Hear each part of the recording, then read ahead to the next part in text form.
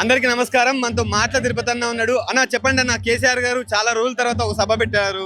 Telangana vibe ఆ culture ఒక ఈ సభతో తెలిసిపోతుంది. మొత్తం గులాబీమయం అయిపోయింది జగత్యాల. మీకు ఎట్లా అనిపిస్తుంది అన్న? అందరితో పాటు నేను కూడా కేసీఆర్ గారిని ఇట్లా వేదికల మీద చూడాలని చాలా ఆశతో ఉన్నాన్న.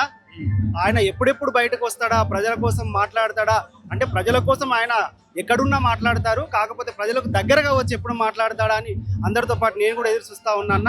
ఇట్లాంటి సభ ద్వారా రానున్న రోజుల్లో తెలంగాణకు మళ్ళీ మంచి రోజులు వస్తున్నాయని ఒక సంకేతం అయితే వెళ్తా ఉంది. అన్న ఏం మిస్ అవుతున్నారన్న? అంటే తెలంగాణ అంటే ఒక బతుకమ్మ అవ్వచ్చు, ఒక ఫెస్టివల్ అవ్వచ్చు, ఒక సపరేట్ ఒక కల్చర్ ఉంటుంది. ఆ కల్చర్ మిస్ అవుతున్నాం అన్నది ఒకటి బాగా అందరి నుంచి తెలుస్తుంది. అంటే ఒక ఎమోషన్ మిస్ అవుతున్నాం అన్న. ఏదైతే కేసీఆర్ గారు తెలంగాణలో ఉన్నటువంటి కష్టాలను సుఖాలను ప్రజలతో మమేకమై అవపోసన పట్టిండి ఈ ప్రాంతం యొక్క స్థితిగతులను.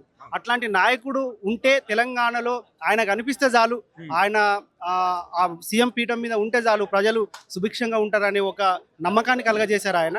ఇప్పుడు అది కొంచెం కోల్పోయినట్టు అనిపించింది. ఒక కళాకారుడిగా మీకు అంటే ముఖ్యంగా ఒక కళాకారుడి నుంచి ఒక రాష్ట్రం ఎలా ఉందో తెలుస్తుంది.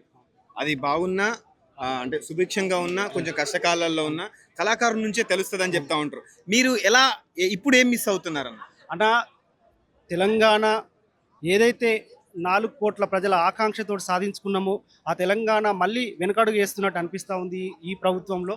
ఖచ్చితంగా రానున్న రోజుల్లో కళాకారులుగా ప్రజలకు జరిగే ప్రతి అన్యాయాన్ని మేము వేలెత్తి చూపుతూ ప్రజా చైతన్యం కోసం పాటలు రాయడం కోసమే కళాకారులుగా మా వంతు కృషి మేము చేయడం కోసం ఇక్కడికి వచ్చామన్న. ఓకే.